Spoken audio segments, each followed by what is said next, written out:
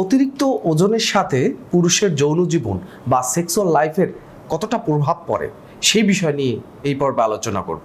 সাধারণত একজন ব্যক্তির উচ্চতার সাথে সাথে তার ওজন এটা হচ্ছে ব্যালেন্স রাখা উচিত। সহজভাবে বোঝা যায় যে আপনি যত ইঞ্চি উচ্চতা তত হচ্ছে আপনার ওজন থাকতে হবে। অর্থাৎ আপনি যদি 5 ফিট হন তাহলে 5×12 = 60, তাহলে 60 কেজি আপনার ওজন থাকতে হবে। অর্থাৎ কোনো ব্যক্তির উচ্চতা যদি 5 ফিট হয় তাহলে 60 কেজি তার ওজন থাকতে হবে। কোনো ব্যক্তি যদি 5 ফিট 5 ইঞ্চি উচ্চতা হয় তাহলে 65 কেজি, কারো যদি 5 ফিট 8 ইঞ্চি হয় তাহলে তার ওজন আসবে হচ্ছে 68 কেজি। এরকম হাইট অনুযায়ী ওয়েট তার থাকতে হবে। এখন এর চেয়ে যদি অতিরিক্ত পরিমাণ ওজন হয়ে যায় তাহলে সেটা হতে হবে মাসেলসের পরিবর্তে যদি আপনার ফ্যাট বেশি পরিমাণ থাকে, কোনো ব্যক্তির দেখা যায় তার মাংসপেশি কম কিন্তু তার পেটটা বড় হয়ে গেছে, তাহলে কিন্তু ফ্যাটি টিস্যু অনেক বেশি। তাহলে ফ্যাটি টিস্যু বাড়ানো যাবে না, যদি বাড়ে মাংসপেশির মাধ্যমে বাড়তে হবে। যারা দেখা যায় বডি বিল্ডিং করে, যারা ব্যায়াম করে তাদের হচ্ছে কিন্তু দেখা যায় 5 ফিট 5 ইঞ্চি উচ্চতা, তাহলে কিন্তু দেখা যায় তার ওজন থাকবে হচ্ছে 65 কেজি, কিন্তু দেখা যায় সে এই এক্সারসাইজ করে মাংসপেশি বাড়ানোর কারণে তার ওজন হয় 70 কেজি বা 75 কেজি। সেটা ভিন্ন বিষয়। কিন্তু সাধারণত আপনার যদি মাংসপেশির পরিবর্তে যদি ফ্যাটি টিস্যু বেশি পরিমাণ থাকে তাহলে কিন্তু আপনার টেস্টোস্টেরন, পুরুষের হরমোন, এটা কিন্তু কমে যায়।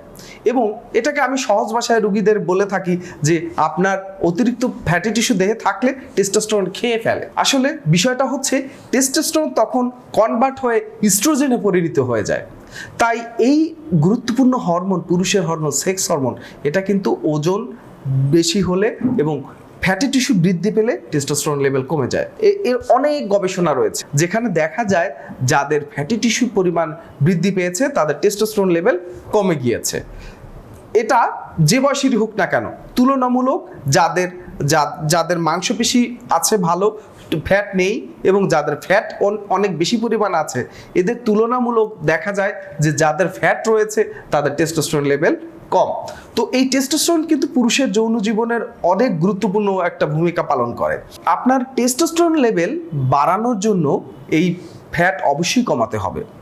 বেশিরভাগ মানুষ হচ্ছে যারা কায়িক পরিশ্রম না করেন, ঘরে বসে থাকেন অথবা টেবিল চেয়ারে কাজ করেন, অফিসিয়াল কাজ করেন, বাইরে কায়িক পরিশ্রম করেন না, তাদের ক্ষেত্রে দেখা যায় যে ফ্যাট বেশি পরিমাণ তৈরি হচ্ছে।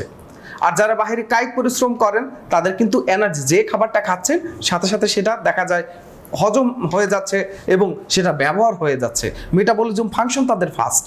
কিন্তু যারা বসে থাকেন, বসে বসে টেবিল চেয়ারে থাকেন, তাদের দেখা যায় এই ফ্যাটি টিস্যু তৈরি হয়ে যায়। কারণ আপনার যে খাবারটা খাচ্ছেন সে খাবারটা কিন্তু আপনি শুধু হয়তো হতে পারে টেবিল চেয়ারে বসে আপনার মানসিক পরিশ্রমটা করছেন, হ্যাঁ, মানসিকভাবে পরিশ্রম করছেন, কিন্তু শারীরিক কায়িক কোনো পরিশ্রম করছেন না। ফলে কিন্তু দেখা যায় এই অতিরিক্ত এনার্জিগুলো, যে খাবার খাচ্ছেন, যে শক্তিটা উৎপাদন হচ্ছে, সেটা কিন্তু এই অতিরিক্ত ক্যালোরিজগুলো কিন্তু দেখা যায় ফ্যাটি টিস্যু রূপান্তরিত হচ্ছে। তাই আপনাদের উচিত যে আপনি যদি কায়িক পরিশ্রম না করে থাকেন তাহলে অবশ্যই নিয়মিত ব্যায়াম করতে হবে। প্রিয় দর্শক, এটুকুই ছিল এই পর্বের আলোচনা। আপনারা ভালো থাকবেন। পরবর্তীতে কোনো গুরুত্বপূর্ণ বিষয় নিয়ে আলোচনা করব। ধন্যবাদ।